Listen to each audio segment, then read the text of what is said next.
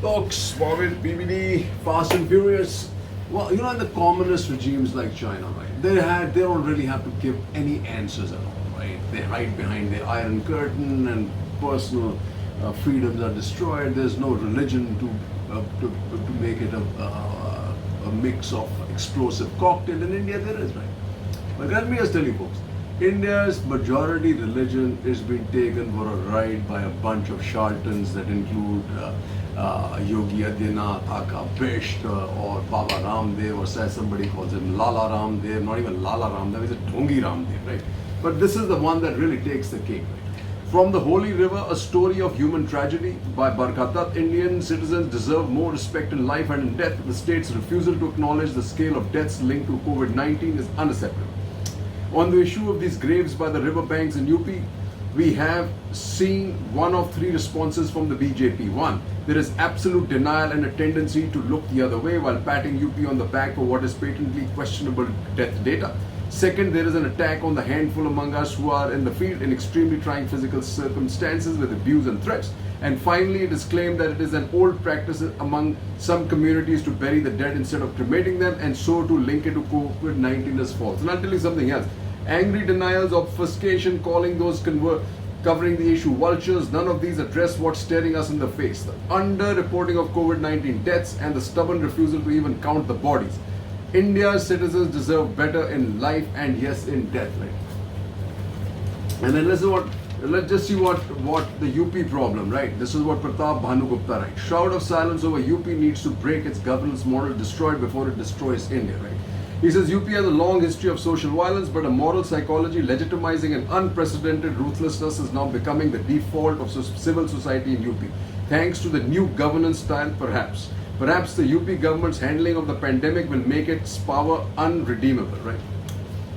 It is hard to even fake a UP model as a success model of development nationally. Adityanath has probably been a net liability in campaign outside the state. The recent loss in the Panchayat election suggests cracks in his edifice, right? Perhaps the shroud of silence over UP will finally break, but we should not take this for granted. For one thing, the UP government is going to double down on its denials, perhaps also the hounding of those who report the truth. But so far, like what the central government, the response has not been compassion. It has rather been to underscore the fact that they think people are drawn to them because of an imperious cruelty. India's tragedy is that while we often never cared enough for the living, we at least mourned the dead. The Ganga was supposed to give the death what we did not get in life, some dignity. But you can be sure that when we stop caring for the dead, even more contempt for the living will follow, especially if the living choose to exercise the democratic agency and destroy the UP model before it destroys India. And when I say that, right, you look about this, obfuscating, and now look at this. Somebody tell me Ganga is holy. Practice of bodies being dumped in rivers prevalent in UP state official tells center. The Uttar Pradesh government was aware that the practice of dumping dead bodies in rivers was prevalent in the state even before the visuals of unbelievable. Are you telling me that this holy Ganges for all these years bodies have been dumped in it? Please, folks, we are destroying the religion as we know it. And all those who are following this blindly deserve to wake up and smell the coffee, because of what else is happening? COVID-19 and disease of inequality. Abandoned by the state that insists on locking down, refusing, recognizing the damage done to their livelihood, India's workers asserted the rights and made themselves heard by walking home in 2020. A year later, it is India's broken health system and the suffering it has unleashed even on the most privileged that has dominated public imagination. Ironically, the scale of the health crisis has rendered invisible the deepening livelihood crisis that India confronts, drowning out the voices that fought a callous state and asserted the rights barely a year ago. It is a measure of how easily the state abandons its people.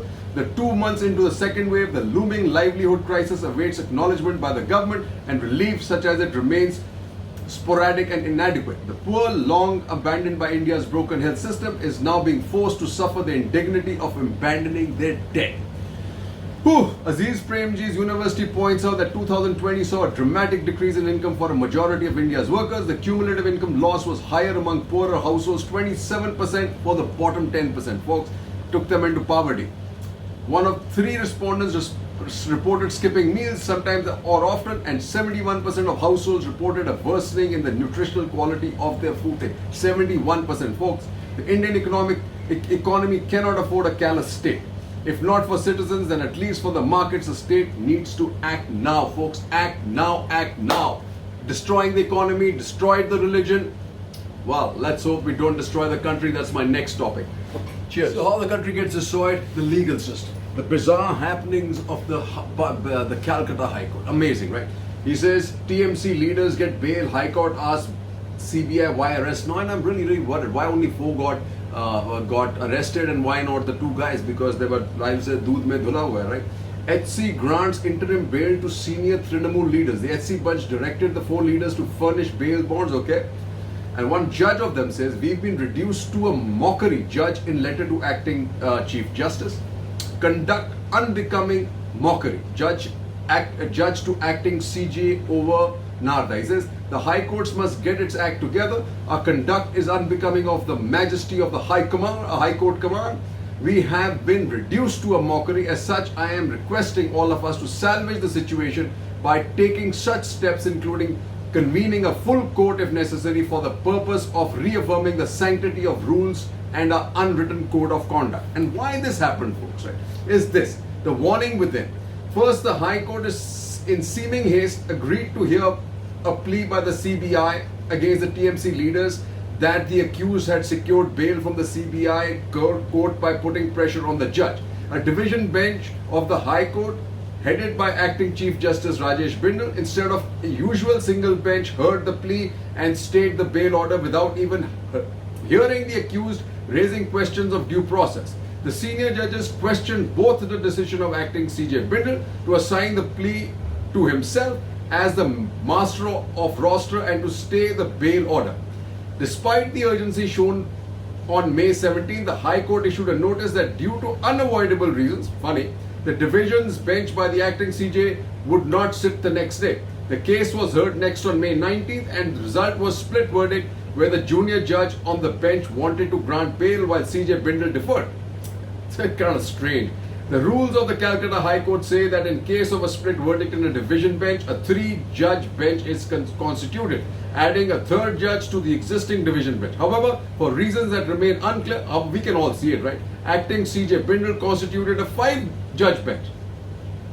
Meanwhile, an unusual move, the CBI challenged a split verdict, but the Supreme Court thankfully refused to hear the case, prompting the agency to withdraw the appeal.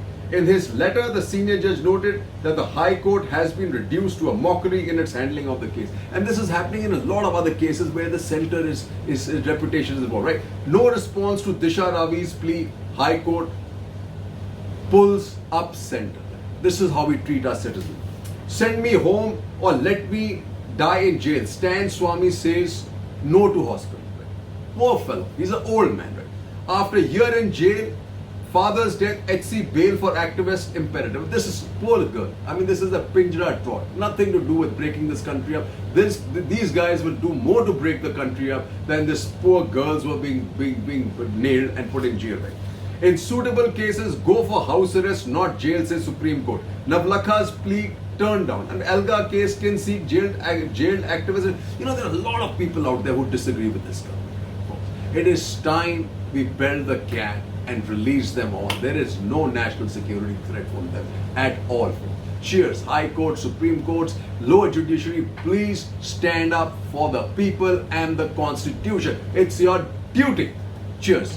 Telling the truth, even if it's the bitter truth, is very important. And one of the fears that people in India have as they look at our quarreling politicians, our hung parliaments, our divisions of race, creed, religion, language, is that we could face, if things aren't handled properly, disintegration. We could be poised at the brink of anarchy. Well, I have always felt that. If you read my speeches in Parliament, I have warned the members of Parliament that we should not assume that there is a divine destiny which will ensure that India continues to flourish and prosper howsoever we mismanage our economy. Great nations like the Soviet Union have perished. They have disappeared from the surface of the earth. If the Indian polity is not well managed, I think we ought to recognize that a similar danger can overtake us too. So we could collapse like Eastern European countries, the Soviet Union. I'm not saying that is on the card right away or that is inevitable, but if we continue to mismanage our economy, if we continue to divide our country on the basis of religion, caste and other sectarian issues, I think there is a great danger of that sort of thing happening. And it's a serious danger. It is a secret. Folks, you really have to earn respect. Just because you're the Prime Minister or the Home Minister doesn't really, you can't demand respect. It's not going to happen. So with all this forecast that happened in West Bengal, actually, that whole process can be laid at the footsteps and doorsteps of the center and their dadagiri kind of thing. Because apparently in this meeting, which is also unheard of in a federal structure, the leader of the opposition, Adhikari, just because he was a flip court, was invited. So Mamta, when the entire structure is broken down, why would Mamta really care about this whole thing? Because it's basically again all these guys coming out to take show off that they are again in control. It's all nonsense, right? And she's right? So it says, collector says, and you see this what's happening and you see that this is what's happening in Lakshadweep. Collector says new rules meant to develop tourism in Lakshadweep. If that was the case, why would everybody be up in arms and why would you force the people out of beef? That's their majority community. Lakshadweep collector, people with vested interest protesting, and this is generally the slimy way these Patels and these Gujaratis starting to use, right? Drama as Didi hands repost at PM meet leaves. Bengal Chief Secretary recalled to Delhi. Pradhan Sevak Vox, nobody's respected you, not any of us anyway. PM takes stock of Yas damage, may conduct aerial survey today. Up in the air, miss the dead bodies on the ground. Where to go, folks? Where to go, Pradhan Sevak? BJP hits out and Mamta says she's put arrogance over public welfare. Like, who's given us all a lesson of arrogance? The two top guys. Arrogance at its worst. 2 or 3 actually, the main viruses, right? And when Mohan Bhagwat goes about and telling everybody the lie that they will protect the Dalits of West Bengal, I want him to tell me why Dalits are not being protected in his states, where BJP is in control. Like this, MP Dalit kind tortured, woman alleges rape. What is happening in Madhya Pradesh, Mohan Bhagwat ji? You answer, please. Please answer us before taking on the mantle of trying to save the Dalits in West Bengal. You've not done it anywhere. You've not done it anywhere. They're just your foot soldiers and cannon fodder for all these experiments that are being run. And that is God's own truth, folks. Cheers. So what do we have here? Guys, Joker in the house, Baba Ramdev, Dhongi Ramdev, and what's he actually called? He's called Ram Kishan Yadav. Just like Adhyanath is called Bhisht. What do we say here? Baba Ramdev is based on the camps and TV shows that made him a national figure, an excellent proponent of yoga, the ancient Indian exercise that is as good for the body as it's for the mind. Not anymore, boy. Lots of guys with bad backs who follow him. Perhaps confident of his association with the regime in power, nothing else can explain the timorous, weak letter written by the Union Health Minister wrote to the Baba, reproaching him for his recent comments. Mr. Yadav has chosen to take on allopathy, even vaccines. Why? I think maybe he wants to get into the manufacturing of vaccines. Well, the Baba has his own interest to push. After all, he did try and pass off one of his company's products, Coronel, as a cure for COVID-19 before being forced to not label it as that, and also claiming it was part of the WHO thing, right? Then he's also trying to grab this.